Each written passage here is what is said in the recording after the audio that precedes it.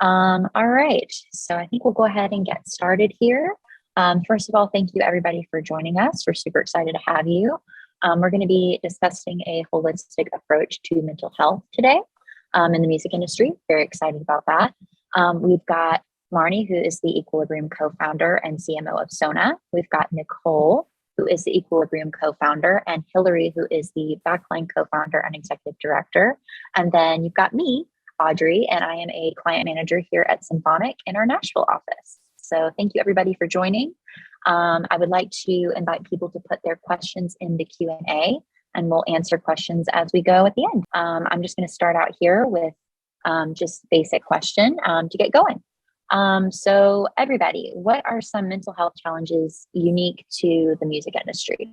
Can kick us off on that one. I think there's so many here, although many of them are not unique just to the music industry. I think it's the combination of, how many factors are at play here. So many other industries have late nights, but they're not often coupled with, long stretches of time away from home. You also have sort of societal pressure, branding pressure that is on your creative craft, which is really challenging and definitely unique to the music industry.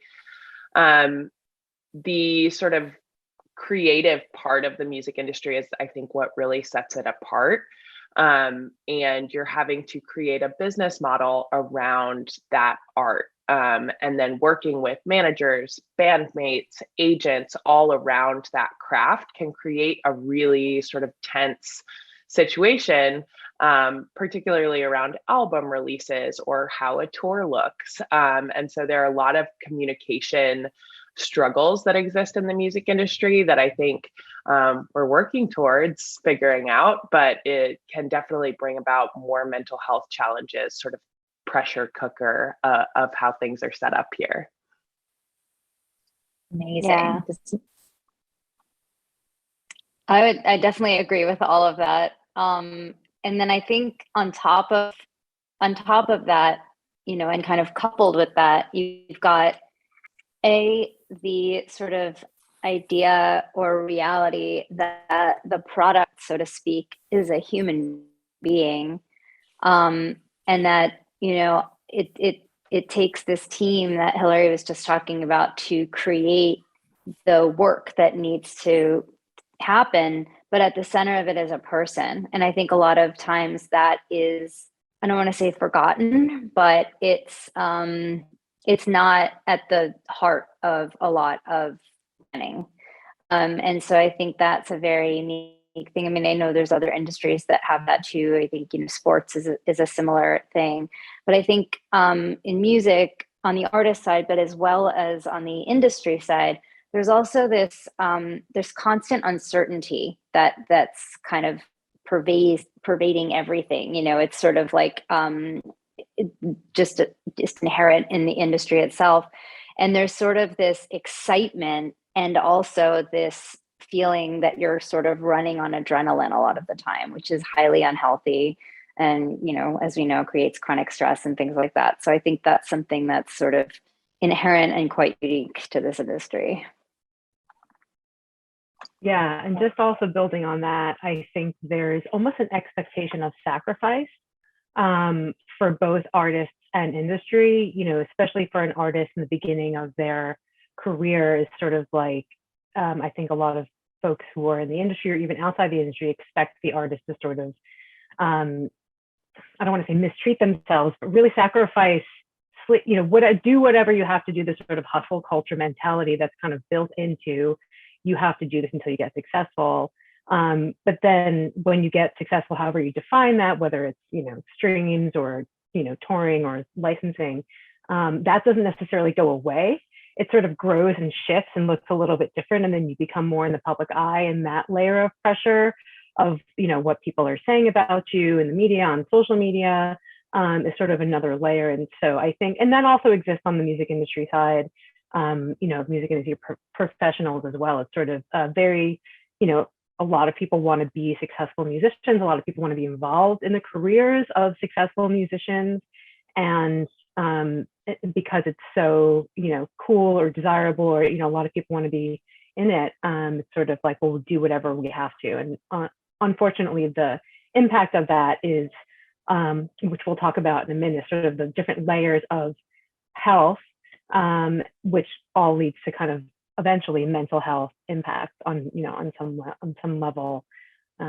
So that's also kind of, I think, unique to the industry, not only, but yeah. Absolutely. Those are all really great answers. So thank you all. Let's see here. What does it mean to talk about a holistic approach to mental health? Yeah, I'll jump into that. So when we talk about a holistic approach, it's really about how all of the areas of your life work together. It's sort of a little bit of what I was just talking about. And so you have, Marnie and I being holistic health coaches, we talk about, a lot of times we talk about sleep, we talk about nutrition, we talk about movement, mindfulness, and there are other things like finances, relationships that all work together to create your health and all have an impact on your mental health, and your mental health has an impact on those things. So, like Hillary was saying, you're away from your family for long stretches of time. That has an impact on your relationships, which then maybe you're not getting the support you need, or maybe, that support just looks different, and that has an impact on how you're sleeping. And then you don't feel great. And so you're sort of maybe drinking more to compensate for that. That goes to like how you're eating, what's available to you, and how then you feel about that. So all the different aspects of your life are connected. We're, whole beings, and that has a very real impact on our mental health. So, I think that in order to really address mental health as a whole, you have to consider these other factors, because it doesn't exist in a vacuum. And even if you are receiving therapy, or and working with a practitioner, you still have to kind of look at the pieces of the puzzle that brought you to the situation that you're in, whatever it is.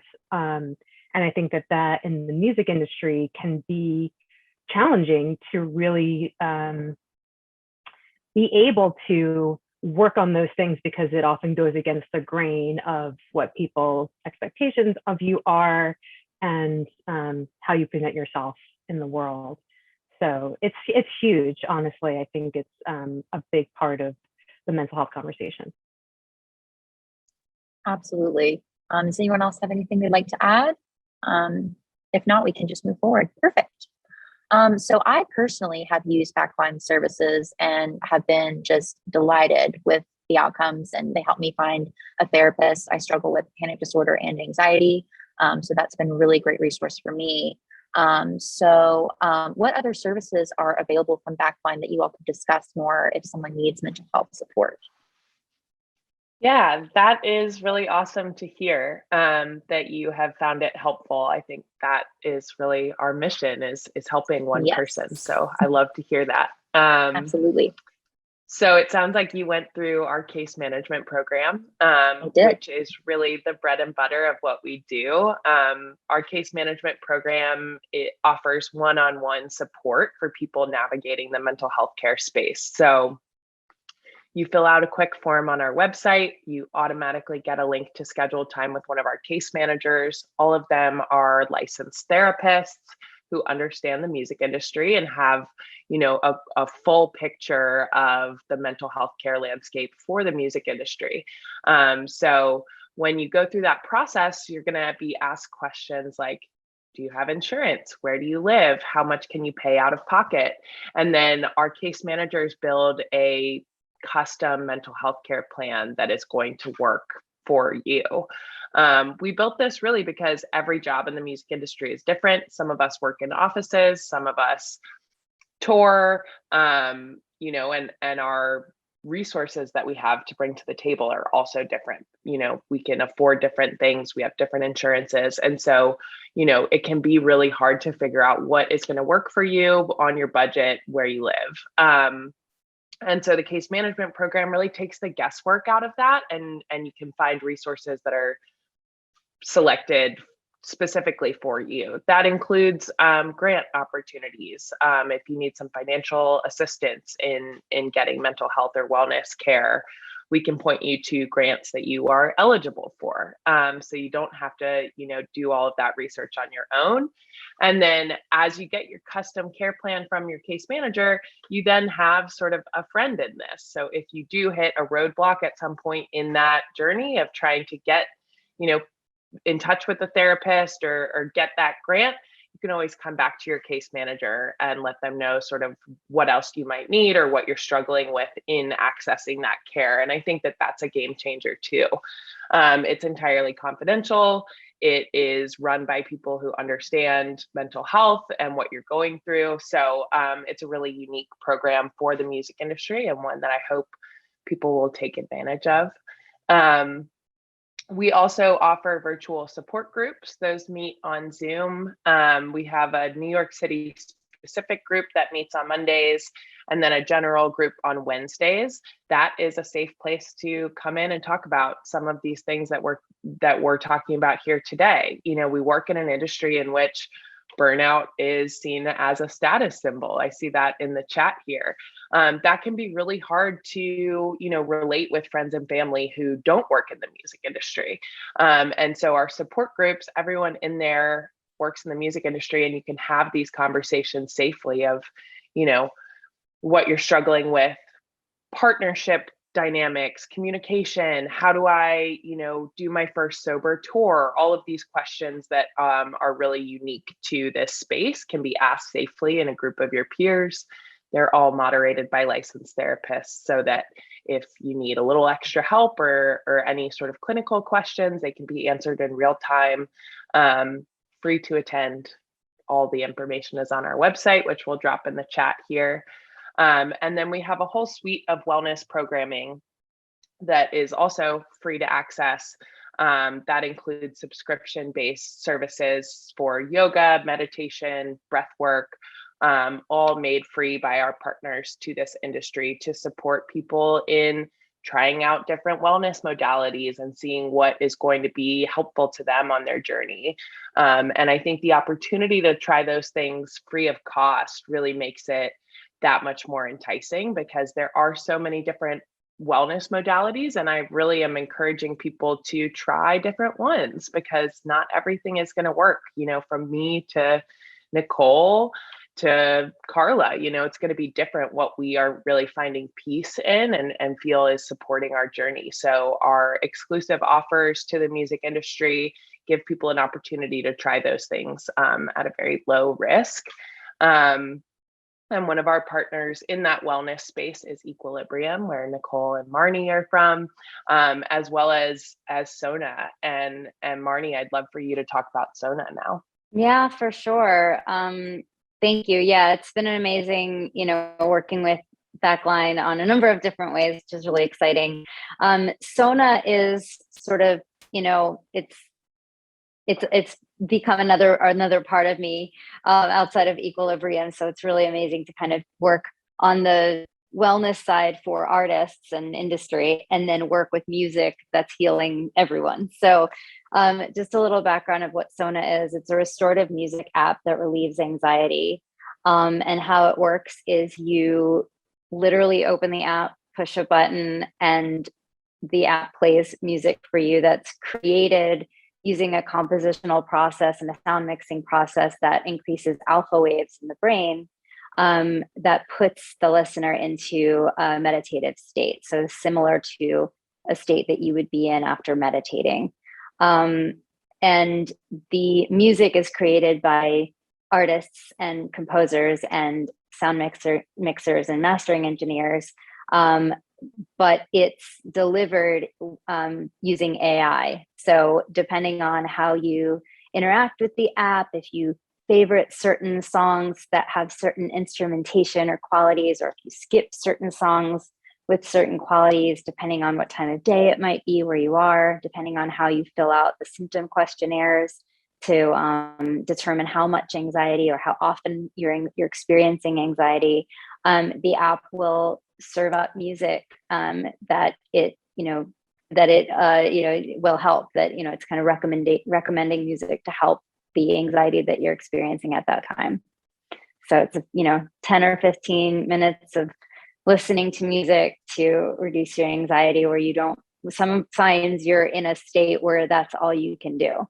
And so, there's certainly, like Kelly said, a million different things that you can do, between meditation, breath work, which we have some breath guides in the app as well. But sometimes pushing a button and listening and breathing is all you can do. Yeah, I I second found that Sona one. to be like so helpful on my own journey. And I think, one of the benefits of Sona, of breath work, of meditation is like this moment of pause, that can open up a lot of the other work. So I think oftentimes before we're ready to see a therapist, we don't exactly know what we need. We're experiencing sort of low grade or high grade anxiety, and it can be hard to like feel motivated, like, okay, I'm going to go through case management, or I'm going to find a therapist, or like really tackle this, And so finding those moments of pause to like, one, tackle that anxiety in the moment with the help of an app is really, really awesome. I've been using it now at the airport when like I'm back in travel full swing. It's nice to have something that's kind of supporting me on that I can like really, tune out the noise and tune into self. But also just, getting comfortable with the practice of being with yourself. Some people aren't ready to get started on a full meditation practice until they, start to spend some time with themselves in sort of more bite-sized pieces. And so I really encourage folks who are interested in a mental health journey to get started with some of these wellness pieces that will give you sort of that comfort level to feel like, okay, I tackled a meditation today. I can definitely tackle, talking to a therapist or something else that might, give you a little bit of fear or be a challenge for you to accomplish. So I really see the two going hand in hand: wellness, mental health, and either side, you should be seeing how you can use one to better the other. And they really work together in such a beautiful harmony. Yeah, just to add to that, I think the mindfulness piece, the pause that you're talking about, is sort of like, it really is the beginning of understanding what you need and kind of taking small steps. And I think it's the small steps and the small shifts. Sorry, there's a siren happening live from New York. And it's the small shifts that really bring you to the place of like, on your own time, in your own way, getting ready to maybe take bigger steps to make different changes or bring in different practitioners. And I love the sort of variety of stuff that, you guys have given access to at Backline to the community, because it really is, one size does not fit all. There's very much, people need to try things out for themselves. There's so much, well, in the wellness community that we're a part of, there is a lot of try this, this is the thing, that's the thing, you have to be doing breath work, you have to be, whatever it is. But there's so many different ways to start. And I think the important part is to sort of just get started with something, whatever your entry point is. It could be something, different. It could be meditation, breath work, it could be movement, it could be a lot of different things. And then once you start to sort of reap the benefits of whatever you're doing, it brings you to the next thing of like, oh, here I am. But the simple pause is incredibly powerful in whatever form it comes for you. Absolutely. Well, those are all wonderful things. So thank you all. I think I might switch gears a little bit here, and just move forward, and would like to ask how we can support our mental health through nutrition. Sure. I can hop into that a little bit. So in talking about the holistic health model, nutrition is kind of one of the main things, because everyone eats, and what you eat can be supporting you, or it could be maybe not supporting you as much. And I think one of the biggest challenges in the music industry is that people are not eating like with any regularity in a way that supports them, especially if you're on the road or sitting at your desk. Sort of, we can kind of talk about specific foods and sort of what to eat, which again is unique for everybody. But I think really, if you're having, especially anxiety or depression, or anything in the realm of sort of that type of challenge or struggle, it's one of the areas that you can look at to sort of see what's serving you or what's not serving you. So sort of one of the, not big topics, but I've been seeing a lot more recently about blood sugar balance and sort of, what that does to your mood, what that does to your energy. And I know a lot of people in the industry will just like, will skip meals, not eat all day, or sort of just have, and it's normal, I guess, on some level to have irregular eating depending on your schedule. So it's not demonizing like what, everybody has to eat like 3 square meals a day. But I think recognizing what you need to stay energized and to keep your mind in a good place. And by the time you feel hungry, by the time your stomach is grumbling, you're sort of past the ideal point of when you should have put some food in your body, and you'll probably get cranky and hangry, and that will start to impact the people around you. So if I could advocate for any one tip, any one takeaway, is sort of, if you're struggling in these areas or you want to sort of really dial in on your mental health, make sure that you're eating regularly and experiment with different types of foods that may or may not affect your mood. Sort of if you're eating not a lot of fruits and vegetables and a lot of carbs, your energy might crash more because of the way that affects your body. There's also foods that, we often talk about foods that are high in magnesium, because magnesium is sort of nature's calming mineral. Dark chocolate, almonds, pumpkin seeds, spinach, there's a bunch. And actually, I think we're going to put together a nutrition for mental health post that we'll share maybe later this week or next week. So there are, foods with magnesium we always recommend, because I think anxiety is a very common complaint or thing that people suffer with in the industry. And so that's something that you can do as well. But really just advocating for making sure that you're taking care of yourself and being prepared. We recently with Backline sort of talked about, and on a different event, talked about how you prepare yourself to go on the road, and and that includes like making sure that you've got snacks and you've got like food to feed yourself before a show, after a show. So it can often be something that people don't think about up front, of like ways that they need to care for their mental health, but it has a really big impact. So Marnie, do you want to add anything to that?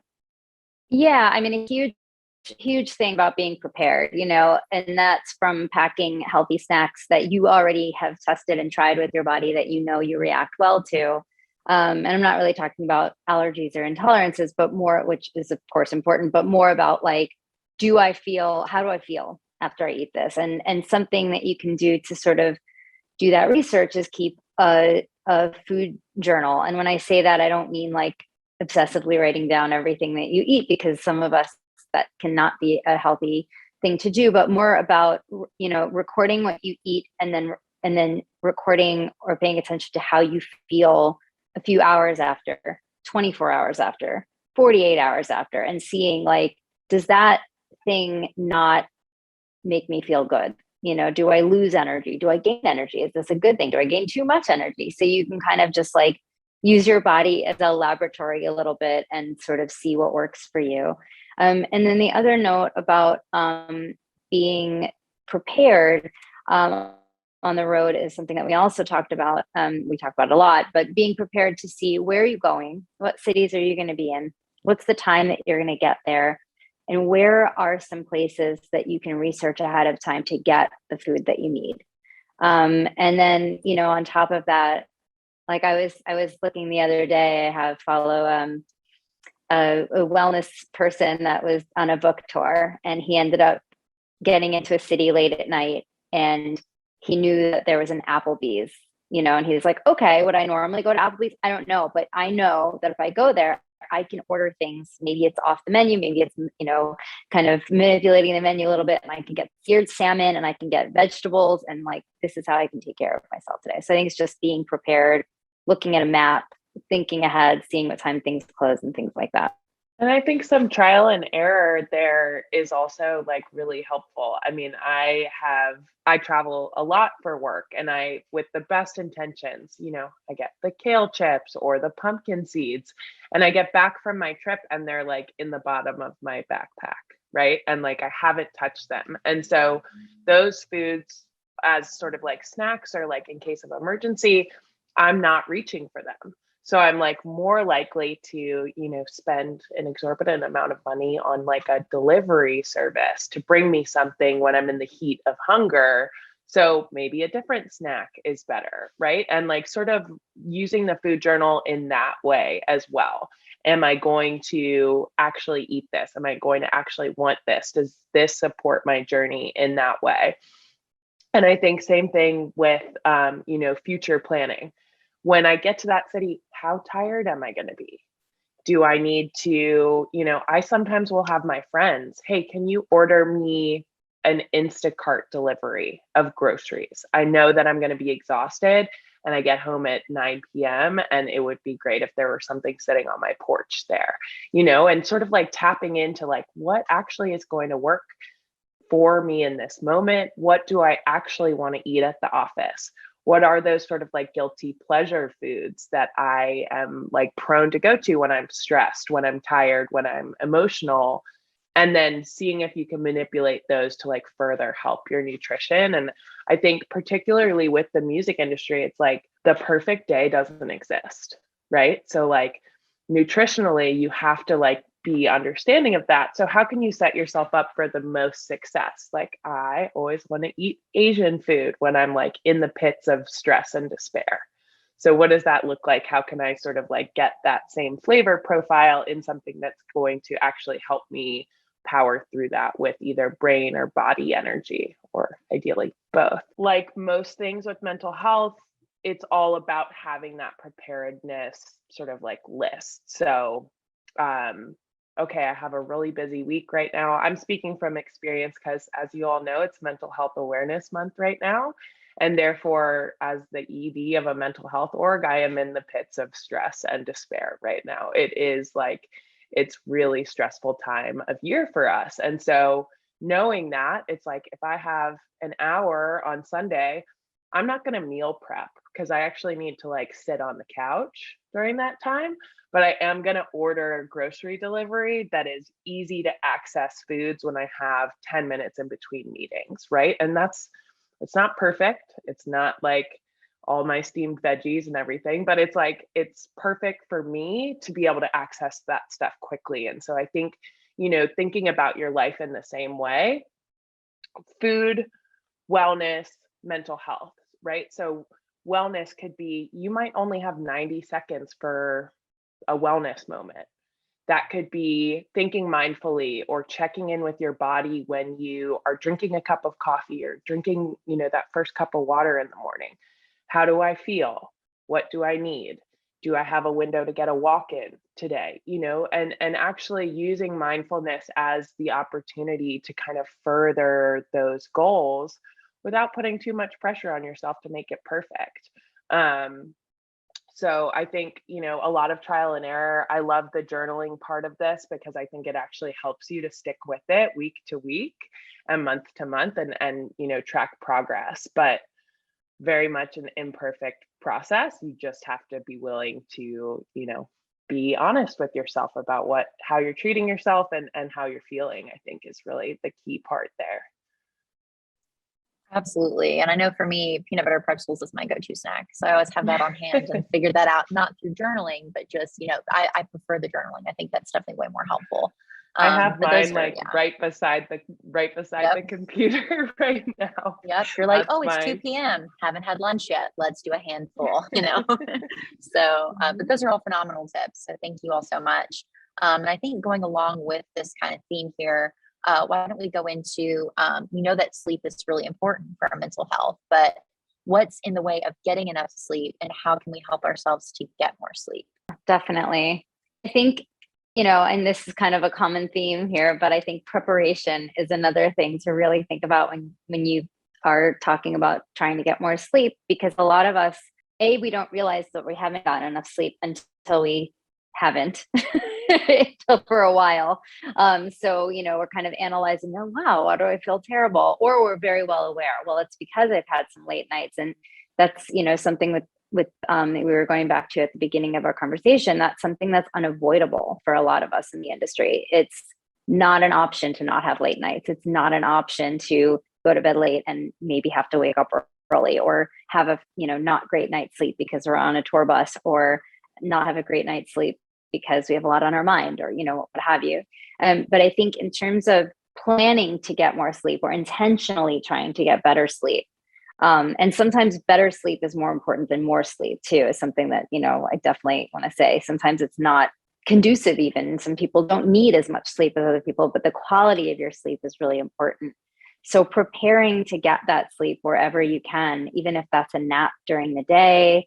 If you're on tour, maybe that's the day room. If you're working from home, maybe that's a nap in the middle of the day. If you're working from an office, maybe there's some kind of preparation for that.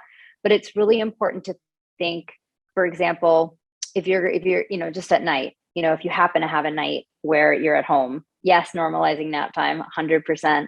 But what are the conditions for your sleep? How can you wind down to your sleep? How can you make sure that the place that you're going to be sleeping is conducive to sleep? The temperature is cool enough, it's dark enough. And you might find that an eye mask comes in handy, because maybe you can't control how dark the room is, or where you are. Things like sound, is it quiet? And that might be something where you get earplugs involved, so kind of really looking at your sleep environment an hour before you go to sleep, if you can. How much screen time are you having? Are you staring at the TV? Are you staring into your phone?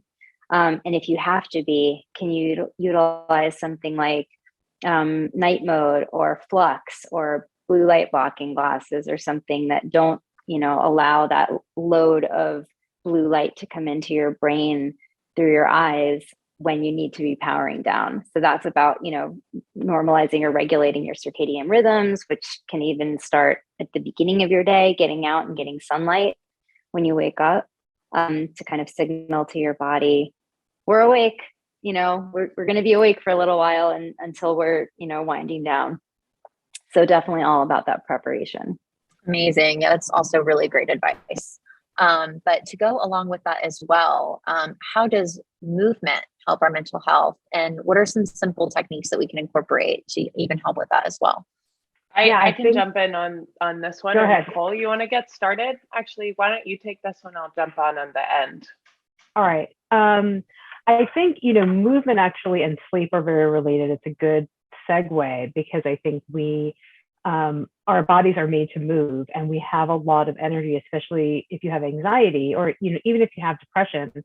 Our bodies have a lot of energy that needs to get expended. And if you're an artist, you're probably doing a lot of that in a short period of time, then maybe a lot of sitting around. If you're sitting at a desk more of the time, maybe you're not making time to move. But I think that it's been proven with, a variety of different research, the impact of movement on mental health, something as simple as walking, something as simple as stretching. I think one of the very simple techniques that we talk about is just sort of stretching your arms and shoulders, like rolling your shoulders back, clasping your hands behind your back, and kind of like rolling your shoulders, because we're, even if you're on the tour bus, you may be like this, on your device or what have you. So I think that there are simple stretches that you can do before, in the morning when you wake up, before you go to bed. I find personally that if I don't stretch myself out a little bit before I try to go to bed, it's one of the ways that I wind down. And my body might get stiff, or, it sort of helps me to release excess energy before I actually get into bed. If you have trouble sleeping, and you might do tossing and turning, or your mind moves, and just keeping you awake, moving in some way, whether it's, just stretching, or having like an intentional, yoga session or stretch routine before bed, is hugely beneficial. I think that we really underestimate the benefits of walking. And one of the things that we talk about, for people going on tour, you may be sitting around waiting for a sound check, or sitting around on the bus. Like, if you have 5-10 minute breaks to yourself, go for a walk around the block, do something else that you found that you enjoy. There's obviously lots of apps that have movement practices that you can follow. But I'm very much a proponent of sort of like intuitive movement, even if it's like you put on a song and you sort of jump around and dance for 5 minutes, just kind of figuring out what feels good to you. It doesn't have to be a full run or, full class. That's great too. And if you have time for that, you can work up to that. But I think it's really anyone who has not experienced that, like feeling anxiety or depression or in some way that they don't want to feel, just changing the environment, changing the movement, changing the position of your body for a few minutes is huge. Totally. And I think, having an idea of what you can do in the venue. Like I have in my mind, okay, I'm never going to put my hands on the venue floor. Green room, venue, don't care, right? So what can I do standing up? And that is more arms back. You can pull your legs up one by one. You can do these things. So what can you do in the venue space? Okay, then what can you do in the hotel space? What can you do in the tour bus or the office, that's going to support that? So sometimes it is a walk around the block. Sometimes it's something else, but having that list in your head really helps you to say, okay, I have 5 minutes and I'm feeling anxious. What am I going to do? And it's, I think for me, it varies depending on sort of where the anxiety is coming from. So sometimes it's a wellness practice. Sometimes it's a movement practice. Sometimes it's call my mom, right? But like knowing what you have in your toolbox that you can rely on in those kinds of moments and how long it might take you to feel those benefits can be really helpful. And I think movement is one of the first things to go often when people get stressed. And so I really have found something helpful in flipping that narrative. Movement is the first thing that I need to do when I'm feeling stressed.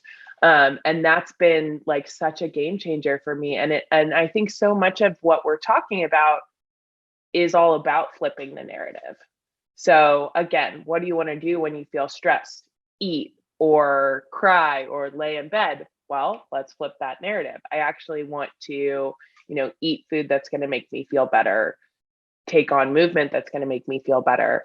And it's just like a mental game that you have to play with yourself a little bit on, like, maybe my knee-jerk reaction isn't right here. And I'm speaking for myself, but I think for so many of us, we've come up and it's like, oh, well, I'm hungry after the show. I better eat this late night pizza because it looks a lot better than the late night hummus that's been sitting there all day, But like, what if you can flip that narrative a little bit? Is that actually going to make you sleep better? Is that actually going to make you wake up and feel like rested and all of those things? And they also, all of these things go hand in hand. So nutrition affects the way that you sleep, affects the way that you move. And so trying to be intentional about one of them can help you be intentional about the other ones, because you have to recognize they're all interconnected. And so if you're making progress on one of those goals, fantastic. It's going to have a ripple effect into sort of the rest of your goals. Amazing. No, absolutely. And for me, my go-to is always call my mom. So definitely a great one. But since we've talked about, all the physical aspects and movement with our bodies, why don't we talk about mindfulness and why is it so important for mental health? Yeah, I'm happy to jump in here. I think that, all of these aspects kind of feed into each other in so many different ways. And I feel like mindfulness is kind of at the base of all of it, because we're not thinking about what we're doing, and if we're not being conscious about the decisions that we're making and how they're going to impact future us and the people around us, then it's difficult to kind of get any of those things happening. So mindfulness is really at the crux of all of it. When we were talking about nutrition, you have to be mindful to make these decisions, to think, this is, you're not forcing yourself like this, like what Hillary said, you're choosing things that you want to eat that are good for you. Because if you're choosing things that you don't want to eat, or how you want to move, or how you want to, then you're not going to make those decisions. It's unsustainable. So, mindfulness comes into play with how you're deciding what to do and what's good for you, what's nourishing for you, in the ways of, yes, it's good for my body and I enjoy it and I like it. But it's just as important, when we're talking about nutrition and mindfulness, it's just as important to think about, how am I doing these things? For example, how am I eating?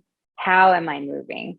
Am I moving with a grudge? Am I moving, like, am I dragging myself to do it? Or can I start slowly and stretch maybe and turn on some fun music and see where that takes me? And maybe I stay for the next song, and maybe I stay for the next song. And maybe now instead of stretching, I'm doing jumping jacks, and maybe I'm shaking my body. And now maybe I'm having a dance party, and maybe that changed my whole mood. And with eating, how am I eating? Am I eating mindfully, where I'm taking a moment and I'm taking a breath and I'm calming my body down a little bit so that I can actually digest my food when I put it in my mouth? Or am I eating standing up and walking? Or am I on the train? Or am I on the run? Or, am I kind of eating in an angsty state, which is obviously not ideal. So I think that sense of just taking a moment, obviously there's mindfulness practices and there's things that you can do, as part of your daily routines, that I'm, Hillary and Nicole can get into, but just at the crux of it, at the very, very core, being conscious about the decisions that you make and being conscious and present about what it is that you're doing. Amazing. Absolutely. 100%. Yeah, and can I just add one thing to that? Yes, of course. I think the mindfulness practices like meditation, breath work, etc., is sort of what trains you to be mindful in your life in other areas. And so it's hard to just start to be mindful if you're not quite sure like where your mind is at to begin with. It's hard to pay attention to those things. So I think all of the great tools that we've talked about are really great training for, am I even chewing my food? It's hard to start to notice that if you're not kind of, so I think that meditation can get like a weird rap sometimes with people because they're like, I can't just sit still for 10 minutes, like my mind's going, and, but that's not really the point. The point is just to be aware of your thoughts. And once you're aware of your thoughts when you're sitting still, that ripples out. So I think that's all connected. And it's these methods of listening to music or breath work that connect us, be able to connect us with ourselves and where our mind is at, which is also obviously very related to mental health, being aware of even what's going on there so that you can do something about it if you want to feel different. Yeah. And I think so many of these things that we're talking about, they sound like these huge shifts that we're going to have to like really tackle. And like mindfulness can be so small. Like I started my mindfulness practice with my feet are on the ground. My feet are on the ground. My feet are on the ground, right? And any time throughout the day that you're feeling like a little bit wobbly, a little bit like you're moving too fast or too slow or whatever, my feet are on the ground. And then, from there blossomed this sort of my feet are on the ground and they're aching, or, my feet are on the ground and I like feel like I'm not going to make it to this thing in time. And my whole body is reacting to that. So I'm moving too fast or whatever that is. So like starting with something very, very simple can help you kind of get into the practice of like a body scan, heart, soul, mind, body, right? So sort of getting like one mantra, one bite-sized thing that you can start on, and then being willing to meet that thing and where it takes you.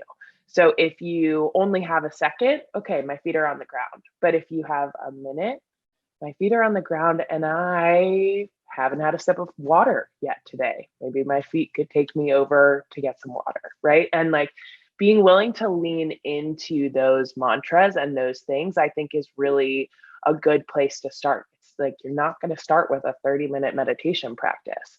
Start with 1 second and figure out what it is that you can tap into.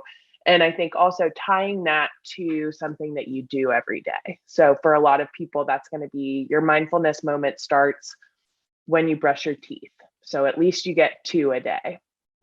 For me, it's like when I have my coffee, or whatever, tying that in and saying, okay, when I have my coffee, I'm going to say, how you doing? How are you feeling? And ask yourself that question, because we ask people that 100 times a day. How often do you ask yourself? Figure out what those moments are and then how you can lean into them. And you'll start to see these shifts like really blossom in every other way. Awesome, guys. That's so great. So I think going along with this as well, I'm going to add in one other question.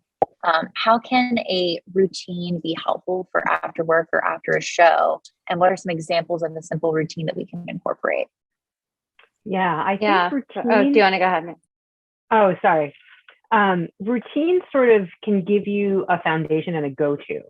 So as you start to kind of practice some of these things that Hillary mentioned and then Marnie mentioned, whether it's, my feet is on the ground or 3 deep breaths is a, really simple one. It becomes sort of your go-to. And then as you sort of slowly develop and see what works for you, you can put these things together and say, in the morning, I know I want to have a drink of water, I want to take 3 deep breaths, and I want to write a page in my journal, just for example. And you start to build that in, and maybe it doesn't happen every day, but you start to do it, and you're like, this is a thing I can do, and you see the benefit of it, and it continues to feed you. And so it's really sort of a place to connect back to yourself. And when you make it, like Carla mentioned, rituals, routines are very similar. Rituals may be more symbolic sometimes. Routines may be a little bit more just kind of giving yourself a structure around the tools that you want to incorporate, and getting to know what you need. So maybe it's something that you do before you go on stage. Maybe you sort of center yourself by taking a few deep breaths, make sure that you have had some water, or that you've done whatever stretching you need to do before you go on stage. I think we talked a little bit about winding down before sleep. I think pre-sleep routine is huge, because people are just like, okay, I'm in my crazy day and I'm on my phone and then I'm sleeping. It's like, that's not really realistic for most people. So maybe your routine is, turning off your phone an hour before, reading a book. Maybe that sort of what calms you, but you need a little bit of trial and error to figure that out. But it's really like a grounding and a foundation for you, from which you can just kind of go out into the world, and that you have that kind of for you. Yeah. And I think, very much like Carla said, it's something to come back to as you build these routines, and they need to have the flexibility to be different, depending on where you are, and be malleable. And you also need to be, forgiving with yourself, instead of, oh, I didn't do my routine, I guess I'll never do it again. Instead of that mindset, obviously this comes back to mindfulness and mindset, it's okay, I didn't do it. Maybe, can I do it later? Maybe I didn't do it today. Can I do it tomorrow? Can I do part of it? I only have 5 minutes instead of the 15 minutes that I usually do. And and I don't have X, Y, and Z. I think part of making a regular routine is keeping it really simple so that it is attainable. And I know Ned had asked a question earlier about small goals, setting small goals, and what that strategy is. And we could talk about that a little bit more when we answer questions, I guess. But just one of the things that came to mind there is I think he asked about setting goals, and I think just keeping them small, and this is the same thing for routine, keeping it small, keeping it simple, keeping it attainable, because the more things you can go, I think Hillary was talking about this earlier, like, oh, good, I did that. I did it. Yes, I did it. Like, I got, whether you're a list checking off person like I am, or whether it's just nice to know, yep, did that, it feels really good. And so not only are you doing things that are good for you in the moment with your routine, or you're using your time in a constructive way, or kind of a way that is like preventative for mental health, because a lot of the stuff that we talked about is preventative. You can certainly do it all when you are in a moment, or in more than a moment, but you can also use it ritualistically to prevent feeling how you don't want to feel. So just, very complicated, long-winded way of saying to, keep it simple, because it's good for the ability to complete those tasks and actually feel like I did it. Totally. And I think looking at, how long each of our to-do lists are in the music industry, and how long is your personal to-do list? Like, how much do you spend on you? Like building a routine or building these practices, all of a sudden, hey, I'm spending now maybe a 10th of my day, like putting that love into myself, building a more sustainable me. At this point, I think I'm going to be in the music industry forever. So I want to be here forever, and be present and be happy and healthy. So let me spend, 5 items on a to-do list on myself day to day, if I have a 50 item to-do list for everyone else and for everything else to get done and happen. And that for me is what success looks like, is carving out those moments to achieve these small things for myself. And then also, I think, it can be hard, but I encourage people to make it more tangible. Like, achievement is, how are you showing up in your day? Is it always frazzled? Is it always grumpy? Is it whatever? Can you take steps to make changes there? That is an achievement of success for me, is when I'm showing up feeling grounded, feeling rested. And none of that happens if I'm not, putting the work into that side of things as well. That's great. Thank you. Oh, yeah. I see Mike just asked a question, and I think this is about Backline maybe. So I'm happy to jump right into this if that works. Sure. Yeah. I was going to open it up now, since we've gone through all of that. First of all, thank you all so much. I was going to open it up for Q&A, and I know we have 2 questions total in the chat. So it's actually just to piggyback off of the first question, since Ned asked that one first, I was going to start with that and then go to the other one if that works for you all. Perfect. So just to read them out loud in full, just so we can get the whole story. Ned asked and said, I work with both musicians and tech startup founders. In both industries, I see a ton of mental health challenges relating to varying interpretations of success and failure. Can you recommend any strategies or resources to guide individuals in establishing and recognizing realistic and achievable goals to help them stay grounded and positive? Using a G Drive, puedes hacerlo. Yeah. So one of the sort of structures for this that I really like is called SMART goals, SMART. So that kind of stands for specific, meaning like the goal has a very specific aspect to it. It's measurable, so you can actually measure, whether you've achieved it or not. Not saying like, I want to be healthy, but kind of defining what that means. A stands for attainable, which is something that you can actually accomplish, because obviously accomplishing your goal contributes to your mindset about it and your mental health. R stands for relevant, which is something that is like actually relevant to what you want to achieve in your life, not just kind of some random thing that you think you have to achieve based on what other people are doing. And then time bound, which means you want to achieve it within a specific time. And it is very structured, but it is actually, I think, specific to what Ned is saying in helping people set goals that they can achieve and feel good about, so it has a positive impact on their mental health. I think that is a really great framework for that, because it can be hard to know and measure, and I think that if you're talking about wanting to achieve, your goals, that's a good way to kind of go about it. So that's my recommendation for that. And you can look that up, like if there's more information on that, I can find the link and share it as well. Awesome. Thank you.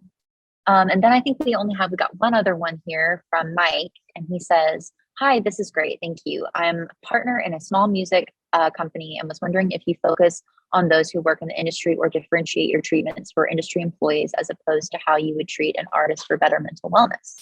So from the Backline side of this, like everything we do is customized to your role in the industry and what your needs are. So that is going to be different from person to person, even from artist to artist or industry person to industry person, right? We all have different goals, different challenges. So our case management program completely individualized to whatever your specific needs are.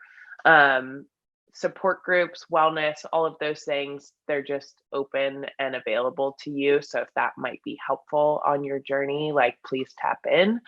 I tend to actually see so many of us struggling with the same things across the industry, no matter if you are an artist or an industry person, you sit in an office or you're on stage, like the struggles are very much the same. And that is, we're all humans trying to work in this crazy industry, and the expectations are the same in terms of hustle, sleep, how you're showing up and when, and all of those pieces. But I know that Nicole and Marnie can speak a little bit more on sort of the wellness side, what those treatments look like. Yeah, on the health coaching side, I mean, it's very much the same thing. I mean, obviously there are things that come up for artists that are slightly different than things that come up for industry people, but it really is based on bio individuality. So, you know, like Hillary said, what one artist might be struggling with, maybe it's similar to what someone else is struggling with, but the way that that person might deal with it or might overcome that is different. So yeah, it is very individualistic. But you know, some of the more kind of blanket advice that we would give is slightly different for industry folks versus artists. Wonderful. Well, thank you all so much. I don't know if I think we're all caught up on questions and we're about out of time too, guys. Look at that. So first of all, thank you all again so much. And this has been so great and so helpful. And I know that everyone is very appreciative to have you all here today. So again, you know, this is so great to have everybody. Oh, yep. And then good. They've added links there in the chat for anybody who's interested. And thank you again.